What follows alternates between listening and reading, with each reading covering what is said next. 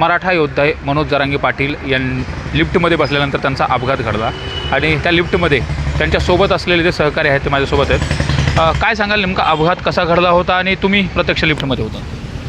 मनोजदादा यांच्या समवेत आम्ही आमच्या चळवळीतील सहकारी यांच्या वडिलांचं अँजिओग्राफी त्या ठिकाणी झालेली असल्यामुळे भेटण्यासाठी अचानक गेलो असता लिफ्टमध्ये आम्ही आमचे सहकारी 10-11 जण आम्ही एकत्रित वरती जात असताना अचानक लिफ्टनं काही ओव्हरवेटचा बीप दिला नाही, आवाज आला नाही. अचानक वरती गेली आणि जोरात खालती येऊन आदळली. त्या आदळल्यामुळं या ठिकाणी मुक्कामार काही जणांना या ठिकाणी लागला, परंतु याच्यामधून सुखरूप सगळेजण काही वेळानंतर बाहेर पडल्याचं समाधान आहे. किती वेळानंतर तुम्हाला मदत मिळाली? लिफ्टमध्ये किती मिनिटं? लिफ्टमध्ये आता अंदाजे 2 ते 3 मिनटं आम्ही 3-4 मिनटं लिफ्टमध्ये अडकलो.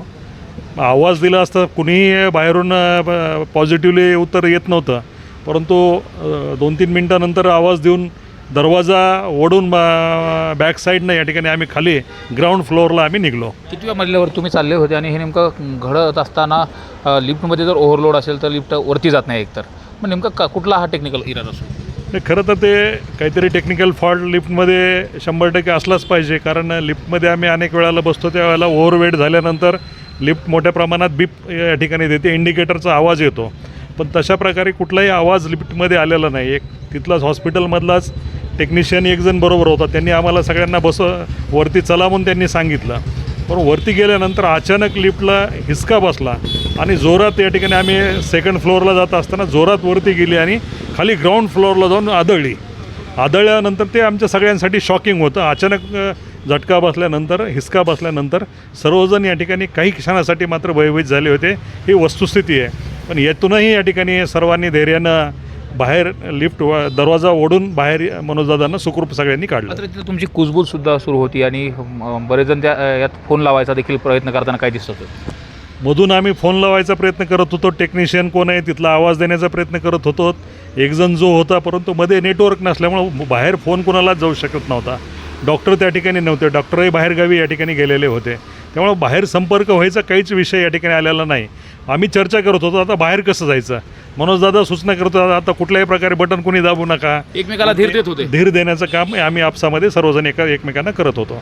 नेमकं तुम्ही सुद्धा त्या लिफ्टमध्ये होतात, तुम्हाला देखील झटका बसला, तुम्ही खाली बसल्यासारखा त्या व्हिडिओमध्ये दिसत आहे. नेमकं काय घडलं होतं आणि किती मिनिटामध्ये हे सगळं घडलं? अचानक मनोजदादा हॉस्पिटलला गेले आणि त्या ठिकाणी असलेले सहकारी त्यांच्या वडिलांचं जे अँजिओग्राफी झाली त्यांना भेटण्यासाठी गेलो होतो. लिफ्टमध्ये आम्ही बसलो. लिफ्टचे त्या ठिकाणी असलेले लिफ्टचे चालक हॉस्पिटलचे त्यांनी आम्हाला सगळ्यांना मध्ये घेतलं आणि मध्ये घेतल्याच्यानंतर आम्ही ज्यावेळेस लिफ्टने कुठला तरी आवाज द्यायला पाहिजे होता किंवा ओव्हरलोडचा आवाज द्यायला पाहिजे होता, कुठलाही आवाज दिला नाही. लिफ्ट वरती गेली, दरवाजाच्या लेवलपर्यंत वरती गेली आणि अचानक लिफ्ट वरून खाली पडली, कोसळली.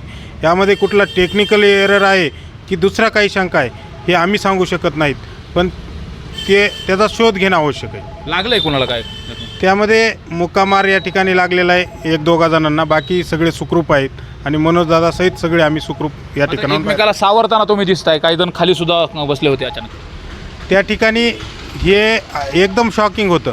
म्हणजे त्या ठिकाणी आम्हाला कळत नव्हतं आम्ही काय करतोय आणि आम्हाला भयभीत झालो होतो. एकमेकाला धीर देत होतो. मनोजदादा त्या ठिकाणी सगळ्यांना धीर देण्याचं मनोजदादा काम करत होते. ठीक आहे, आपण बाहेर निघू, कोणीतरी येईल, दरवाजा तोडू, बाहेर निघू, असं मनोजदादा सगळ्यांना सांगत होते.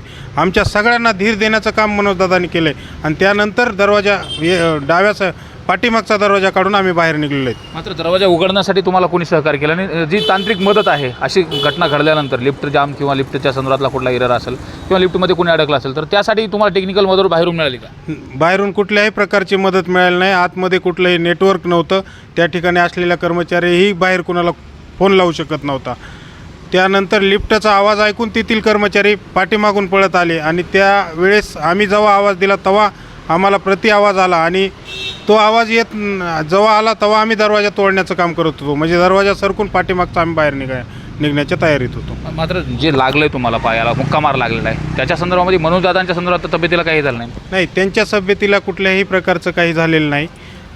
महाराष्ट्रातील सर्व जनतेला विनंती आहे की कुठल्याही प्रकारचा मनोजदादाच्या तब्येतीची काळजी करण्याचं कारण नाही. मनोजदादा सुखरूप आहेत आणि ते पुढील दौऱ्यासाठी नाशिक या ठिकाणी गेलेले आहेत. जो प्रकार घडला होता लिफ्टमध्ये छोटासा जो ॲक्सिडेंट झाला होता आणि त्यामध्ये मनोज जरांगे पाटील हे देखील उपस्थित होते, त्याचबरोबर त्यांचे सहकारी देखील उपस्थित होते. मात्र प्रश्न हे निर्माण होता की जे हॉस्पिटलमधल्या लिफ्ट आहेत त्या लिफ्टची खरंच सुरक्षित आहेत का तर तिची लिफ्टची क्षमता किती होती, त्याचबरोबर टेक्निकल काय इरर आला, ओव्हरलोड असेल तर त्या लिफ्टनं तसं इंडिकेशन का दिलं नाही, या असं अनेक प्रश्न निर्माण होतात. त्यामुळे एकंदरीत बीड शहरामध्ये जे हॉस्पिटल आहेत आणि त्यामधल्या ज्या लिफ्ट आहेत त्याच्या संदर्भामध्ये चौकशी होणं गरजेचं आहे, त्याचबरोबर त्याचं ऑडिट देखील होणं महत्त्वाची गोष्ट आहे. सुरेश जाधव, न्यूज 18 लोकमत, बीड.